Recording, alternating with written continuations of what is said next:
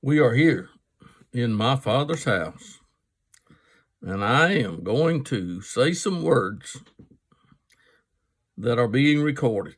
As you can see, I have sort of, got myself looking about halfway presentable. And now I am going to say some things that you might want to consider. Seriously, I have now I am 73 years old today. So this is my birthday. I am 73 today. If you read a Bible, you will see that Abram was 75 years old when God gave him instructions. Abram was 75 years old, and I am 73 today. And I have in front of me the history book. And if you didn't have anything but Matthew, if you found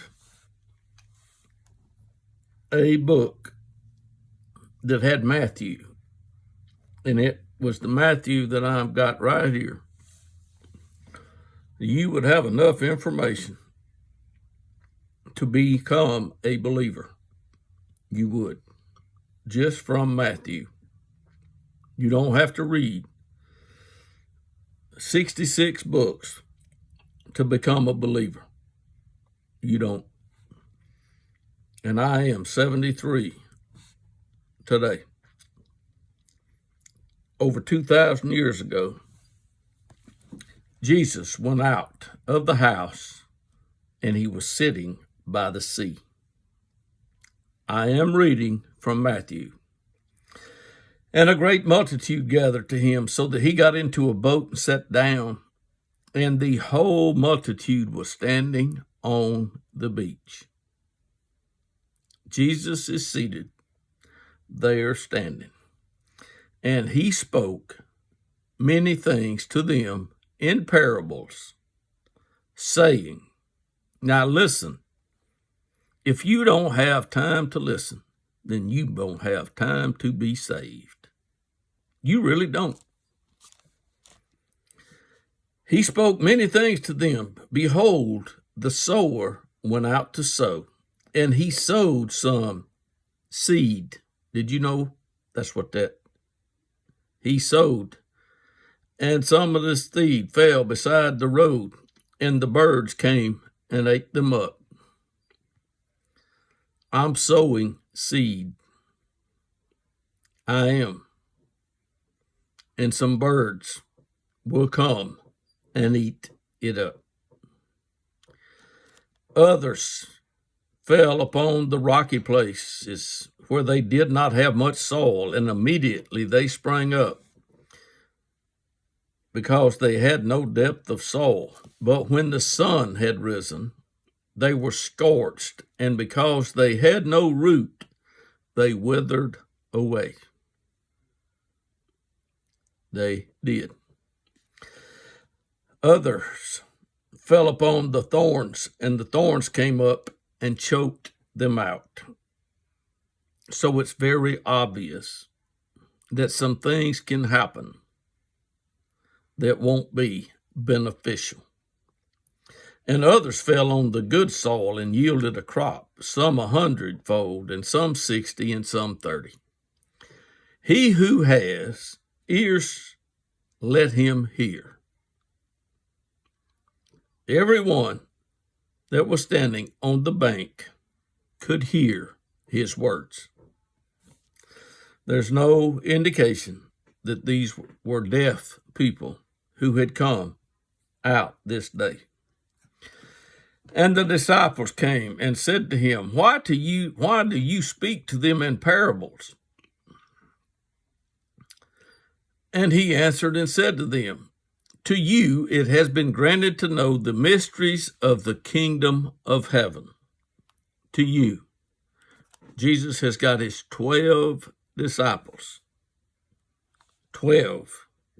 And he says to them, to you, it has been granted to know the mysteries of the kingdom of heaven. If the kingdom of heaven does not interest you, you can stop listening now. I'm sure if you're not interested in the kingdom of heaven, don't even listen to the next sentence that I read. Jesus said, for whoever has, to him shall be given, and he shall have an abundance. But whoever does not have, even what he has, shall be taken away from him. So I don't care how little you have, it can be taken away from you. It doesn't matter how much you have. It's beside the point. You could get more, or you could lose it all. Therefore I speak to them in parables, because while seeing they do not see, and while hearing they do not hear, nor do they understand. And in their case, this is their case, okay? This is in their case at that time. That does not have anything to do with your case at this time. Please don't get confused.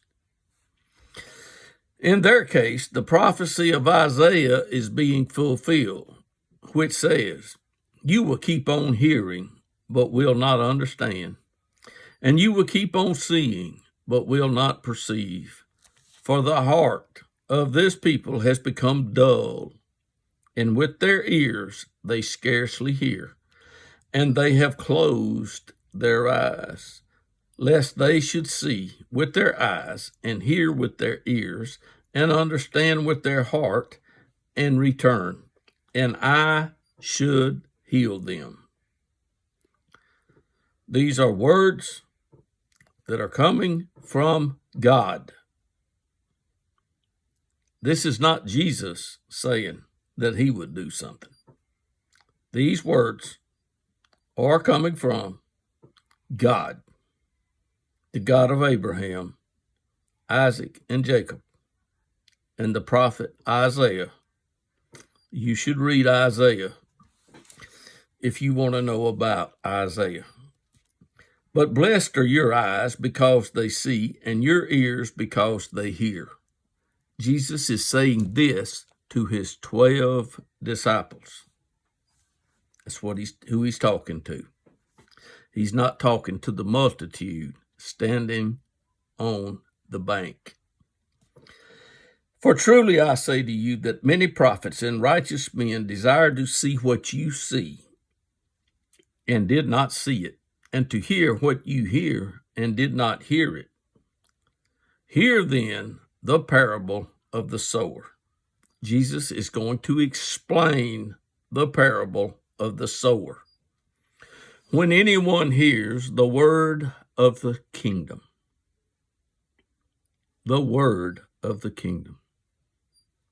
and does not understand it, the evil one comes and snatches away what has been sown in his heart. This is the one on whom seed was sown beside the road. Will you be one of the beside the roaders? I am sowing seed, and this seed is for the kingdom. And Jesus says, and the one on whom seed was sown on the rocky places, this is the man who hears the word and immediately receives it with joy. How many people have heard and received with joy? A lot. But it says, yet he has no root in himself, but is only temporary. And when affliction or persecution arises because of the word, immediately he falls away. And the one on whom seed was sown among the thorns, this is the man who hears the word, and the worry of the world and the deceitfulness of riches choke the word, and it becomes unfruitful. And the one on whom seed was sown on the good soil, this is the man who hears the word and understands it, who indeed bears fruit and brings forth some 100-fold, some 60, and some 30. Jesus presented another parable to them, saying, the kingdom of heaven. If you're not interested in the kingdom of heaven, go play in the yard. He presented them another parable. The kingdom of heaven may be compared to a man who sowed good seed in his field. There's nothing wrong with the seed. But while men were sleeping, his enemy came and sowed tares also among the wheat and went away. But when the wheat sprang up and bore grain, then the tares became evident also. The tares become evident. No grain. And the slaves of the landowner came and said to him, Sir, did you not sow good seed in your field? How then does it have tares? And he said to them, An enemy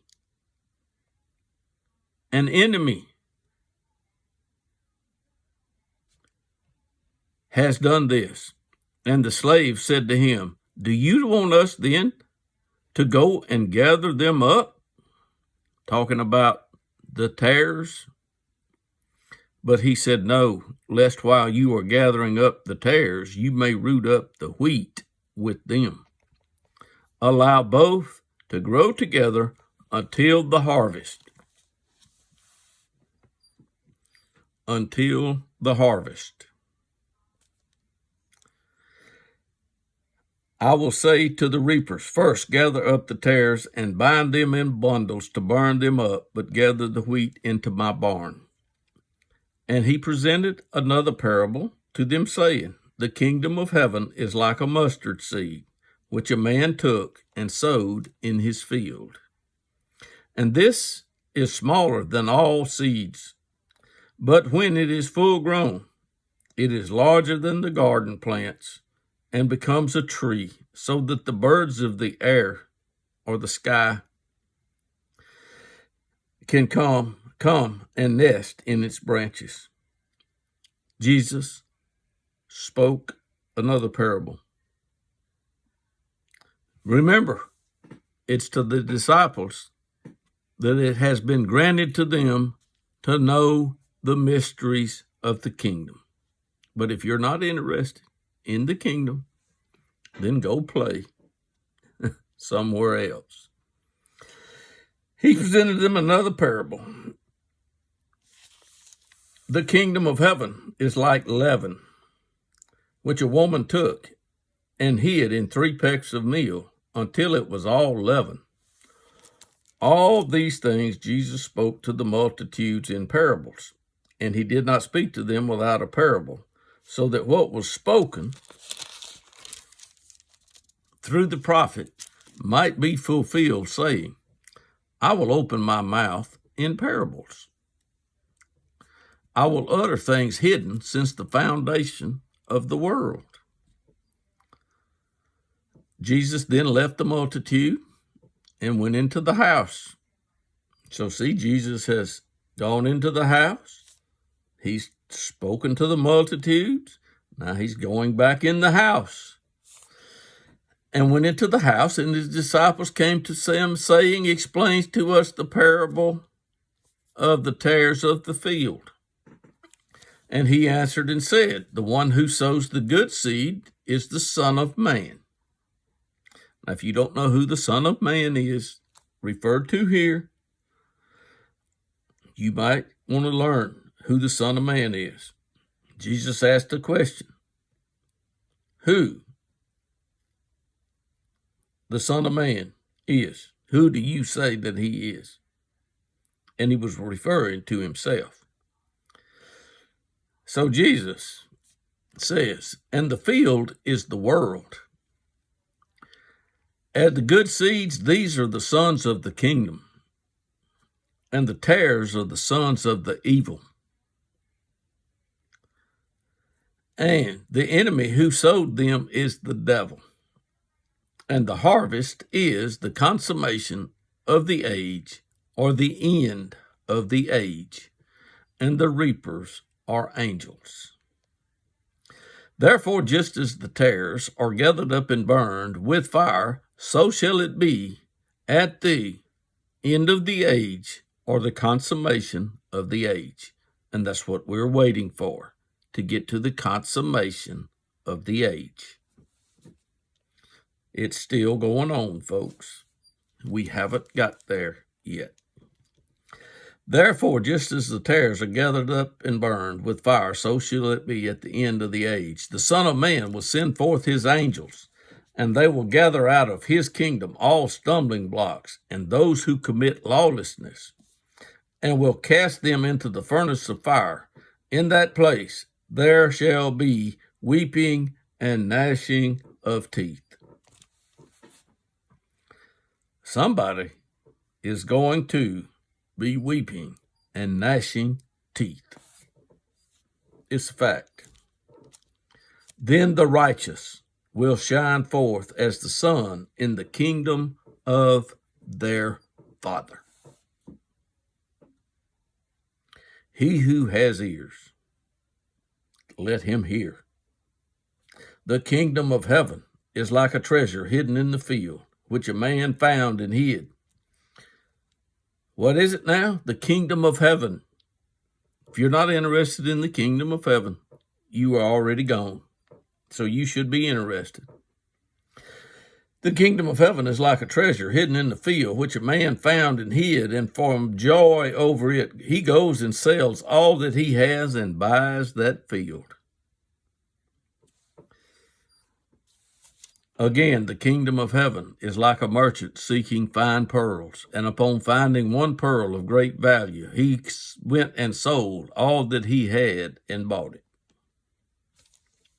Again, the kingdom of heaven is like a dragnet cast into the sea, gathering fish of every kind. And when it is filled, they drew it up on the beach, and they sat down and gathered the good into containers, but the bad they threw away. So it will be at the end of the age. The angels shall come forth and take out the wicked from among the righteous. The wicked will be separated from the righteous, and will cast them into the furnace of fire. There shall be weeping and gnashing of teeth.